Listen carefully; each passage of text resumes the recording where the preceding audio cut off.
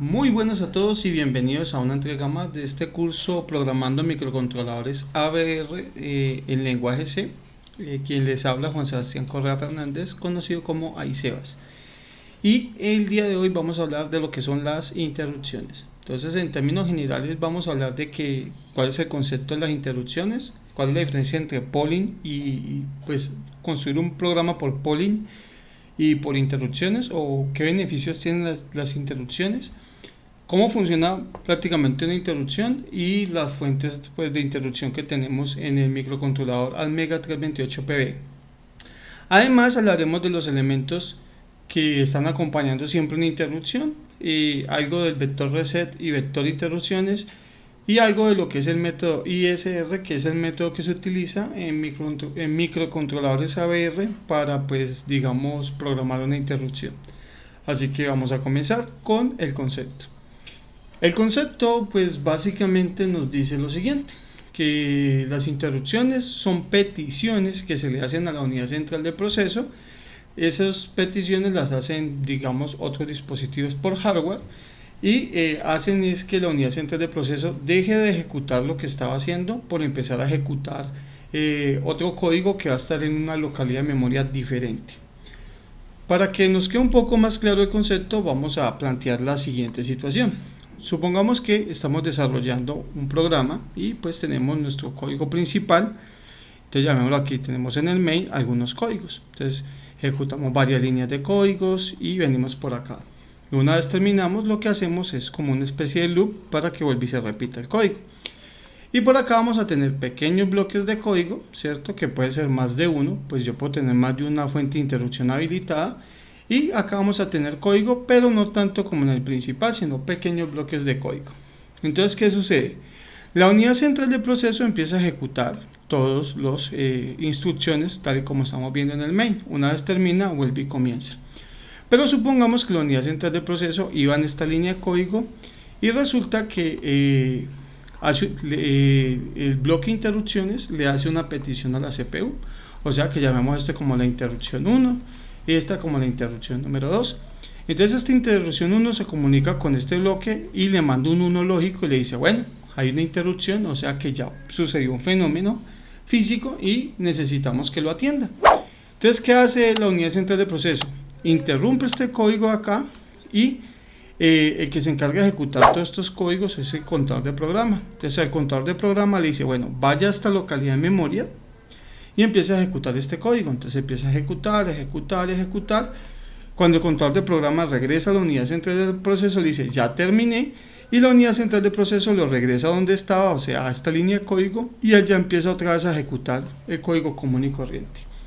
Si nosotros observamos el fenómeno, él estaba ejecutando código en el main y de un momento a otro pues lo interrumpieron.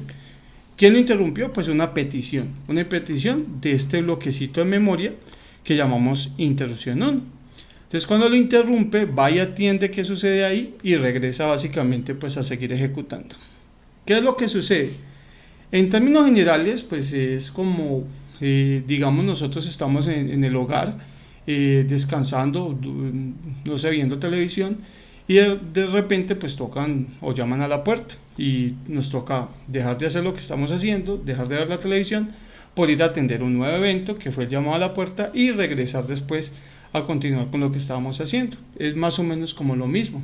Entonces nosotros estamos haciendo algo en el main, nos hacen un llamado, entonces la interrupción hace un llamado, y una vez termina de hacer el llamado, pues se procesa toda la información, y cuando termina de procesar la información, regresa a donde estaba, que es básicamente como lo que acabamos de explicar. A ese concepto en general se le conoce pues como el concepto de interrupciones. Entonces, en términos generales, una interrupción se encarga de interrumpir el flujo de programa principal para atender lo que programamos en una pequeña localidad de memoria. Ahora, bien, ¿qué es la técnica de polling? Entonces, para hablar de la técnica de polling, pues, entonces entendamos lo siguiente. Polling es la manera en la que venimos ejecutando nuestros programas. O sea, nosotros tenemos un archivo principal, un main, y en ese main lo que hacemos es pues construir todo el código. Entonces, este código pues se va a encargar de muchas cosas, pues de todas realmente. Aquí vamos a ejecutar y a sondear todos los eventos, que si presiono un botón, que si ya llegó la temperatura, que si hizo la conversión análogo digital, que si me enviaron un dato desde un celular, bueno, todo ese poco de eventos como tal.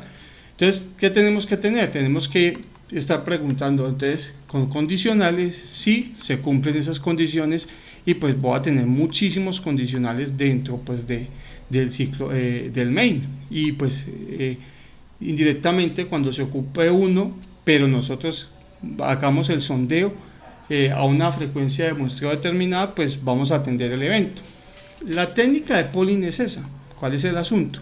Entonces suponga lo siguiente: voy a sombrear dos líneas de código, voy a sombrear esta y esta línea de código. Entonces supongamos lo siguiente: viene el contador del programa, ejecuta esta, sondea que la condición 1, llamamos la condición 1, y esta es una condición 2.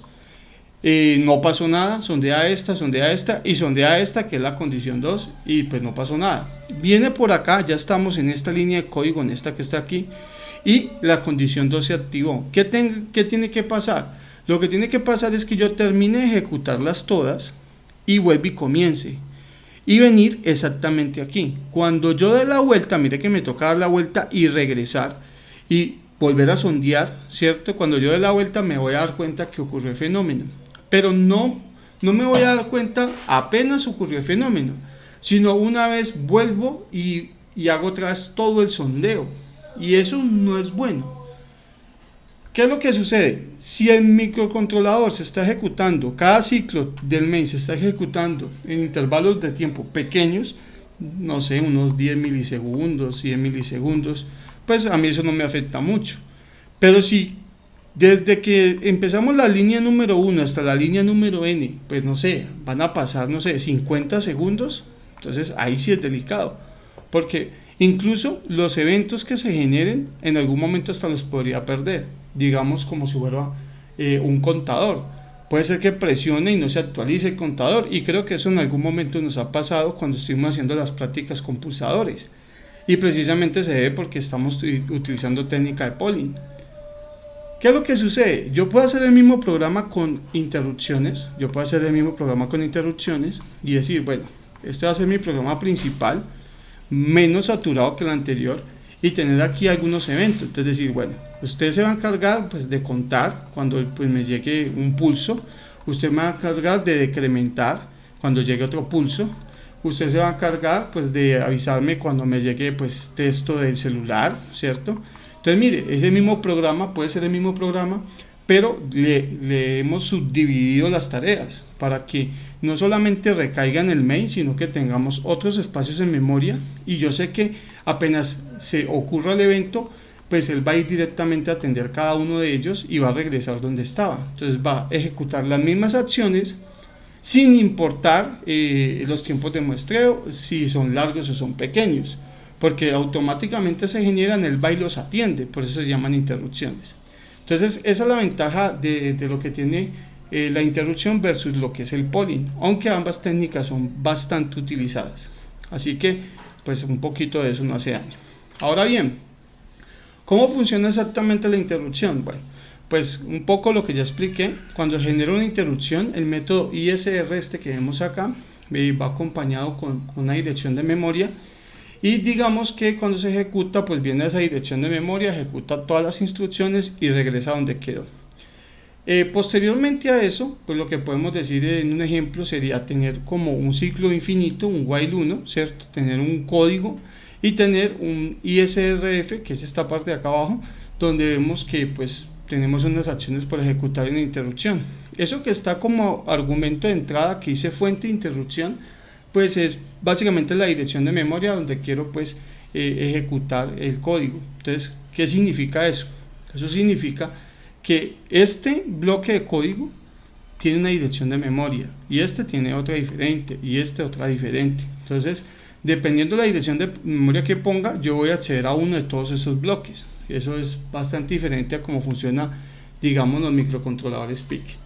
Entonces, eso es lo que básicamente deseamos hacer: tener un método principal y tener un método que me permita acceder a ese bloque de memoria por independiente. Yo he puesto ahí uno, pero puedo tener varios. Lo único que necesito cambiar es el argumento de entrada. La pregunta sería, bueno, ¿Y por qué elementos podemos cambiar ese argumento de entrada? Entonces, la respuesta a eso pues la vamos a dar un poquito más adelante, pero le adelanto. Hay varias formas en las que yo puedo generar una interrupción.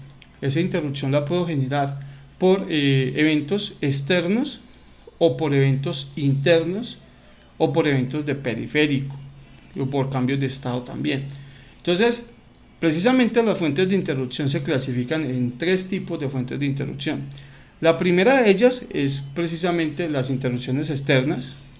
La segunda de ellas, las interrupciones por cambio de estado, o sea, cuando un bit cambia de 0 a 1 o de 1 a 0.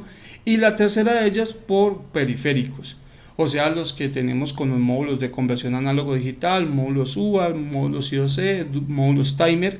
Todos esos módulos generan interrupciones por una vez yo los he configurado y les he programado pues una interrupción asociada a ella. En el caso del timer, si yo le digo que me diga cuándo ocurrió exactamente 500 milisegundos, pues ahí es donde se va a generar la interrupción. En el caso del UART, pues me puede generar interrupción o cuando me llega un dato o cuando yo envío un dato. En el caso del ADC, cuando termina la conversión análogo digital. Y así, pues, toda la cantidad de periféricos que tenga nuestro microcontrolador y que nos permita básicamente configurar dichas interrupciones. Ahora bien, ¿qué elementos van asociados a las interrupciones? Bueno, voy un poco rápido en esta parte porque precisamente los próximos videos será trabajar cada una de estas interrupciones a profundidad. Aquí las menciono, interrupciones externas por cambio de estado y las de periféricos, pero a lo largo de todo este curso vamos a estar trabajando con ellas. Por eso no entro tanto en detalle en hablar de las mismas, pero en el siguiente video, por ejemplo, vamos a trabajar solamente estas interrupciones y vamos a hablar de los registros y de cómo le calculamos la sensibilidad y cómo hacemos ya todo el proceso pues, de programación. Ahora pues me interesa ese concepto. Bien, los elementos asociados a una interrupción pues son 2. Entonces, uno son los bit enable y los otros son los bits de indicación o los flat bit. Entonces, digamos que yo tengo un elemento que es el que se pone en 1, se pone en 0, dependiendo si ocurre o no ocurre la interrupción. A esto lo vamos a llamar flat bit, ¿sí? O sea, un bit de indicación. Y ese bit de indicación, pues básicamente lo que tiene acá es un habilitador. Lo importante es que la petición, ¿cierto?, de la interrupción, de la fuente de interrupción que esté trabajando, llegue a la CPU.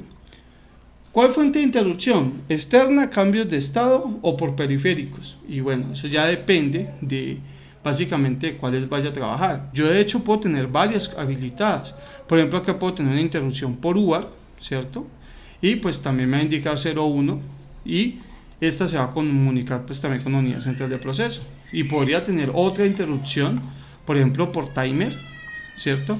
Y esa interrupción también se conectaría por acá. ¿Cuál es el asunto? El asunto está básicamente en lo siguiente. Las interrupciones están conectadas a la CPU, pero no están habilitadas. ¿Qué significa eso?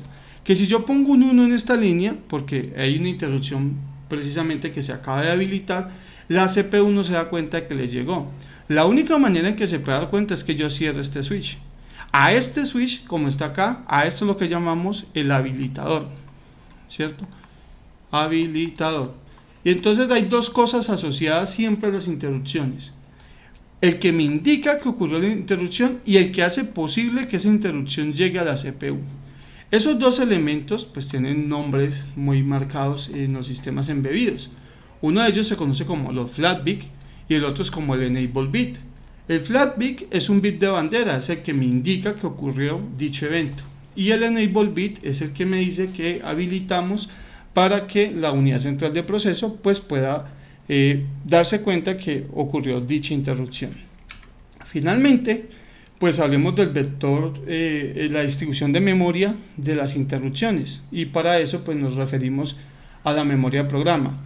La memoria de programa tiene varios bloques, entre ellos tiene la sección de aplicación y tiene una sección o un bloque orientado únicamente a lo que son los al bootloader, ¿cierto? Entonces básicamente nosotros nos vamos a centrar en la sección de aplicación desde la posición 0x00. Precisamente en esa posición está el reset. Mire, si observamos, aquí tenemos el reset en la posición 00 y ya empiezan a aparecer todas las interrupciones. Entonces, en la posición 0x0002 tenemos la IN0, que es la interrupción externa 0. Tenemos la IN1, la PCIN0, pues PCIN es como de cambios de estado. Incluso tenemos watch.timer, las de timer, las de UART, las de ADC.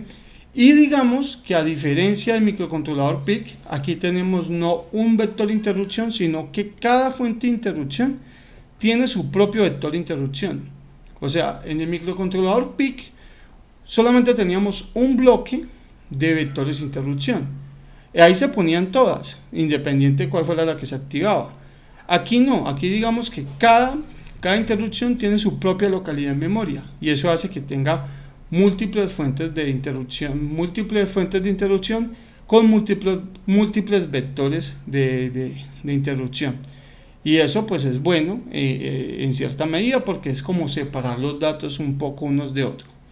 Ahora bien, hay demasiados. Miren, en esta tabla tenemos pues las primeras 22 y aquí tenemos otras 45 más, otras 20 pedazos más, sumando un total pues de 45 como tal. Entonces 45 indicadores o fuentes de interrupción bien interesantes. Ahora bien, por último y para finalizar, el método ISR. Cuando yo quiero acceder a un bloque de memoria, por fuera del main tenemos que llamar el método ISR, y dentro de o como argumento de entrada hay que asociarle una interrupción que es la que hace posible que este bloque se ejecute. En este caso pues está la IN0, significa interrupción externa número 0, y precisamente cuando ocurre la interrupción externa por IN0 pues se ejecuta este bloque de código. Y pues es así de sencillo. Así que bueno, espero estos conceptos te hayan quedado un poco claros, y nos vemos en el próximo video, donde pues pondremos todos estos conceptos en práctica. O sea, haremos nuestras propias interrupciones, pero ya es de software, ya no tanto es de la teoría. Así que un fuerte abrazo, felices fiestas, y si se portaron bien, pues que les traigan muchos regalos. Saludos desde Colombia.